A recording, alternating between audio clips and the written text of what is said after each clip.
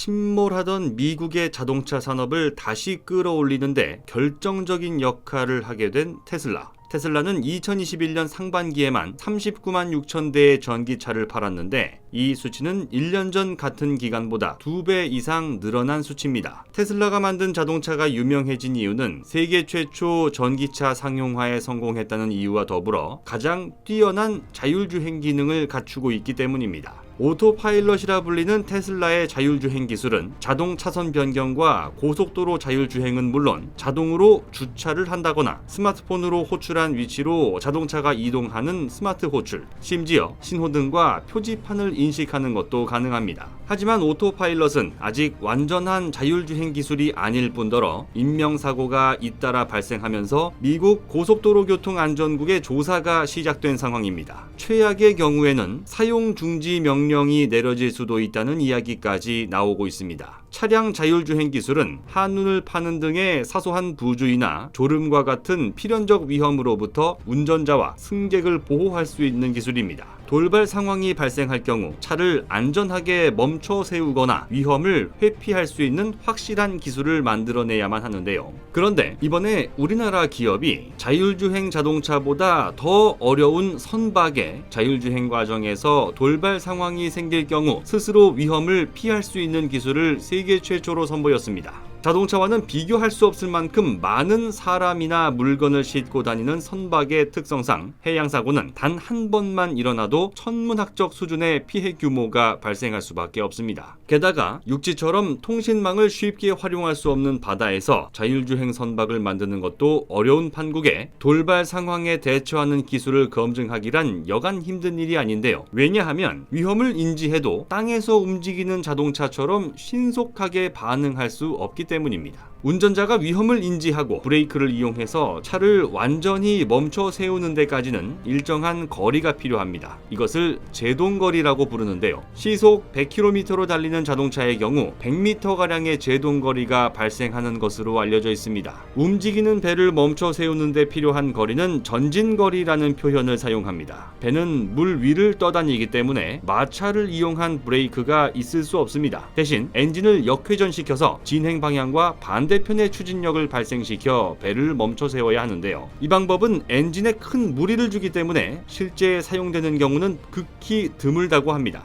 게다가 제동 효과도 크지 않습니다. 배가 완전히 멈춰서기까지는 통상적으로 선박 길이의 15배가량의 거리가 필요합니다. 국내 최대 해운업체인 HMM에서는 세계에서 가장 큰 컨테이너선을 보유하고 있는데 그 길이는 무려 400m에 달합니다. 이 배가 위험을 느끼고 배를 멈추겠다고 마음먹고 나서 6km를 움직인 뒤에야 배가 설 수 있다는 건데요. 만약 마주오는 두 척의 선박이라면 12km의 전진거리가 필요하다는 계산이 나옵니다. 그런데 이번에 삼성중공업이 목포해양대학교와 함께 실제로 바다 위에서 자율 운행하는 두 척의 선박이 서로 충돌할 수 있는 위험을 스스로 인지해 회피하는 기술을 세계 최초로 성공시켰습니다. 삼성중공업이 자체 개발한 SAS라는 자율항해 시스템이 14노트로 접근하는 두 선박이 서로 위험을 인지하고 최소 근접거리인 1해리 밖에서 안전하게 맞은편 선박을 피했다가 다시 원래 항로로 복귀했습니다. 삼성중공업이 자체 개발한 선박 자율운항 시스템 SAS는 2016년부터 상용화를 위한 연구 개발이 진행되며 내년 상용화를 목표로 하고 있는데요.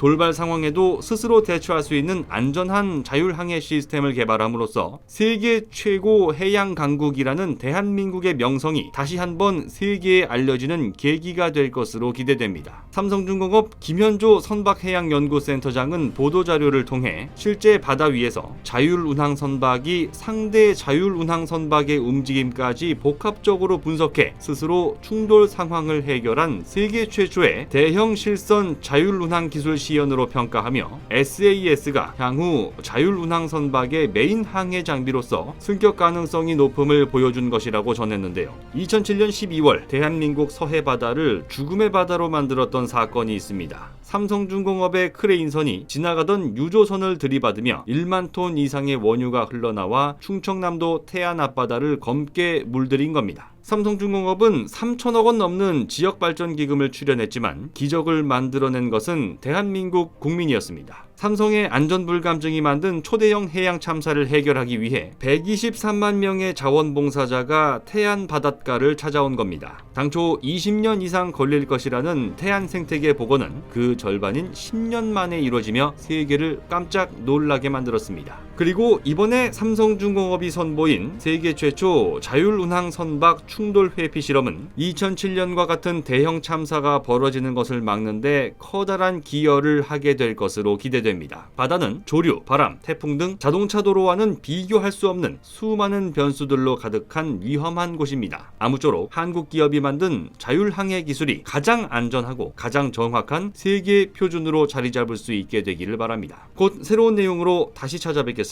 좋아요 버튼과 구독 버튼을 눌러주시면 더 좋은 내용으로 보답하겠습니다. 감사합니다.